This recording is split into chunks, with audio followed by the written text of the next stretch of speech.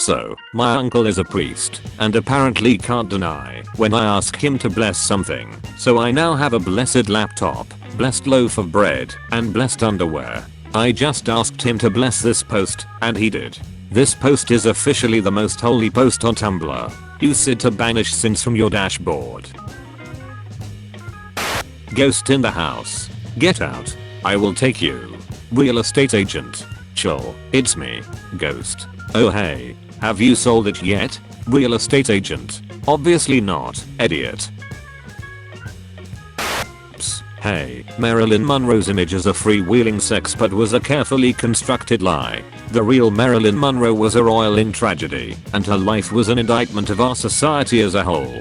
She was orphaned after her mother had a schizophrenic breakdown, bounced around between foster homes, where she was sexually abused, and married a 21-year-old at 16, to get out of being sent to an orphanage. Who Hefner published nude photos of her without her consent, that were taken when she was 23 and desperate. She suffered severe anxiety and depression, which she coped with by drinking and using barbiturates, and was already a full-blown addict when she became famous in the mid-50s. Her career was one of exploitation, condescension, and alienation, and she killed herself at 36. That Hugh Hefner, a man who was at best an unpleasant footnote in her life, felt entitled to be buried next to her, is one more humiliation in a pop cultural landscape we should all be ashamed of. Please, don't make me a joke. I don't mind making jokes, but I don't want to look like one. I want to be an artist, an actress with integrity. Marilyn Monroe, last taped interview, days before her death.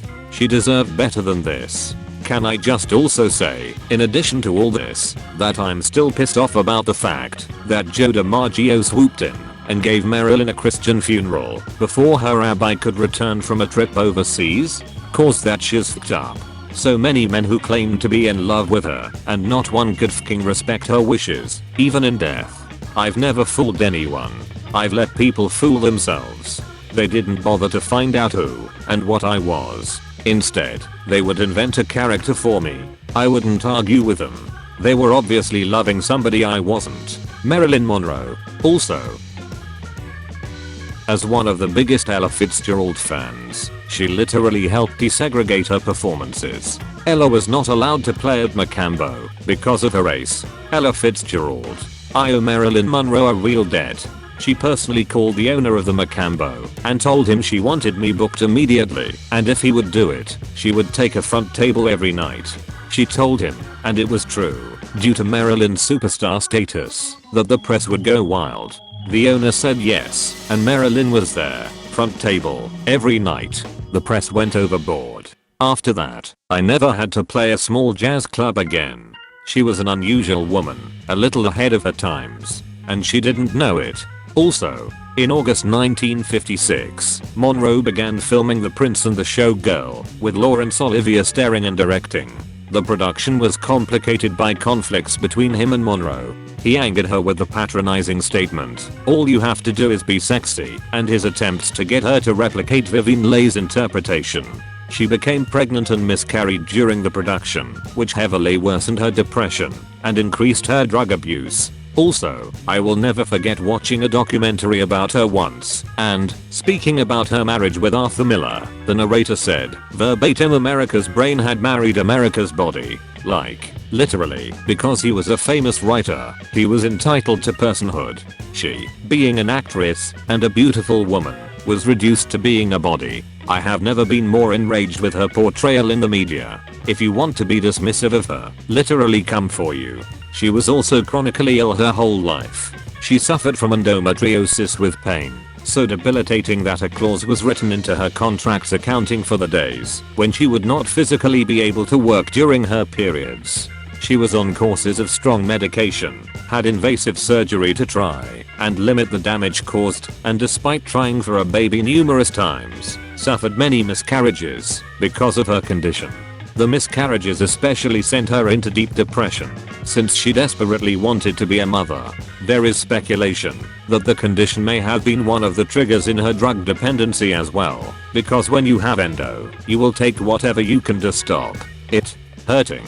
Marilyn Monroe was smart and strong as hell in a world that saw her as a sexy doll and nothing more. She deserves better. Marilyn was a founding member of the Hollywood branch of the Committee for a Sane Nuclear Policy and had lifelong left-wing political views, with a particular emphasis on racial equality. She formed her own independent production company that survived for several years and earned a credit as an executive producer on several films. Additionally, she was not only concerned for workers' rights, she acted for them, using her own fame to stop staff being unfairly sacked from several of her films. She was a loyal, kind woman, and her early death remains a great tragedy. Worse still, as OP notes, is a coopting of her image by exactly the sort of people she would have loathed in life. Why does every girl in a doujin she have to nut like? No, your hot stuff is inside me. It's pouring inside me. Oh no, your hot stuff is in me now. I'll get pregnant with your hot stuff. Oh, not inside me. Me when I eat soup. Lol. The F kinda soup you eat in? Some really good fucking soup. Dionysus. I can't describe it, but yet I'll tell you in a riddling way. Have you ever felt a sudden lust for soup? Heracles. Soup. Zeus a mercy. Yes. 10,000 times. How do you have a reaction image for this post, at this moment, for this context, localized entirely within your kitchen? Why do people get so weird around wheelchair users? I'm literally just a person sitting down. You're sitting down and moving at the same time, like some kind of witch. Till that when a critic insulted the nudity in Michelangelo's The Last Judgment, the painter punished him by painting the critic's likeness onto the body of Minos, the judge of the underworld. He then further insulted the critic by giving the likeness donkey ears and having a snake bite his genitals. Get his ass. This fails to mention that the critic was the Pope. Soviet Russian grandma cats complaining about their grandchildren and swapping recipes. They have ear holes, let me die. Babushkats. Animal reviews. Snakes, a review. For centuries snakes have fascinated the imagination of mankind. So far, we have learned two things about their power. 1. They can bite. 2. They are tubes. I rate snakes 4 stars out of 5 for their dedication and their respect. 1 star has been deducted because we do not know how they move, and that is untrustworthy.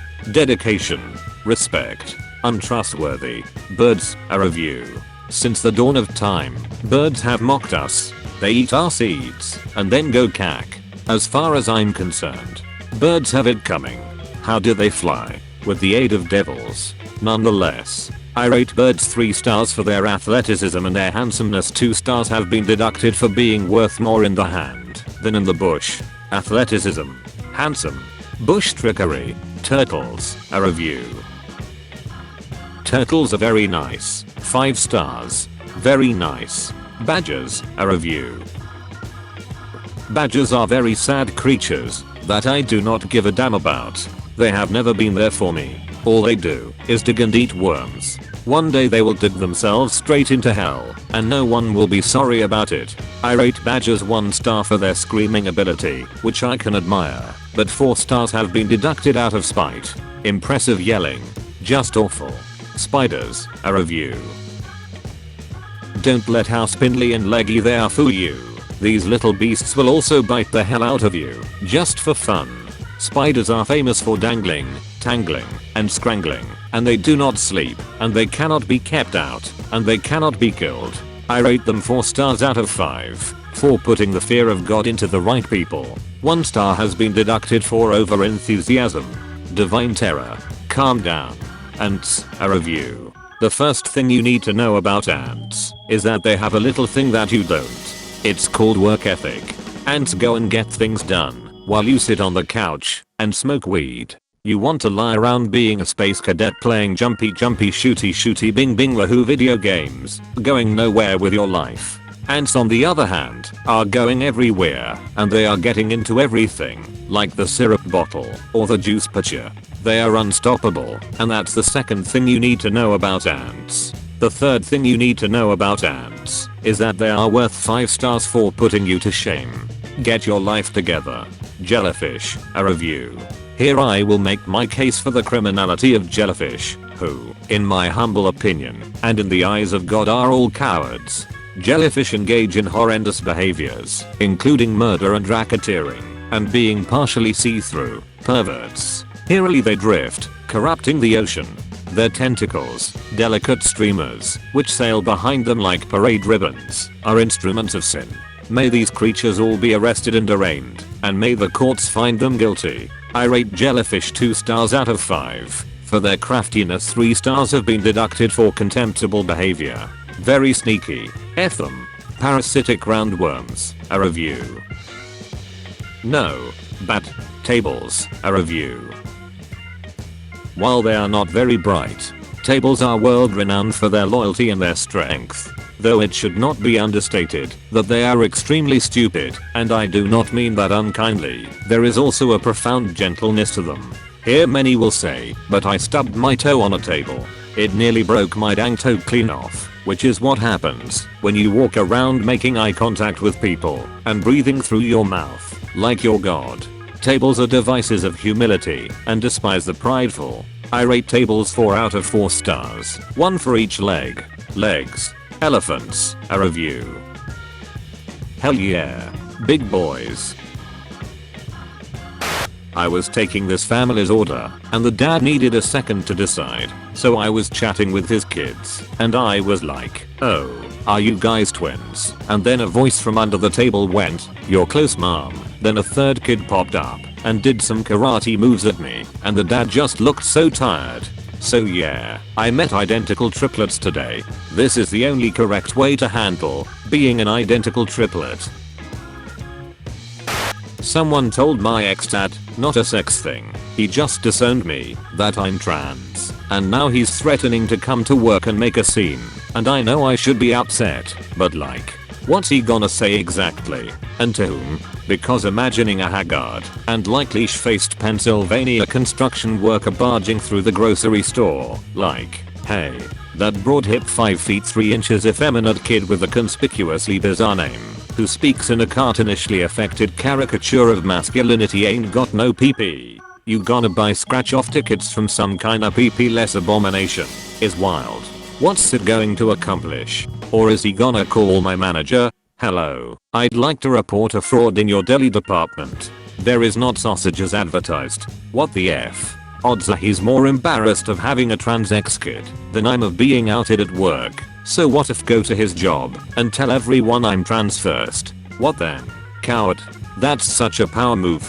This is exactly the struggle I'm having with my own mother right now. And honestly, I sort of did that, but at the church I grew up in, my mom was like, "Oh, so what if I tell the whole church you're trans?" As if she had forgotten that nearly everyone who goes to my church is actually gay, like elderly retired gay couples. So I was like, haha, okay, and told everyone.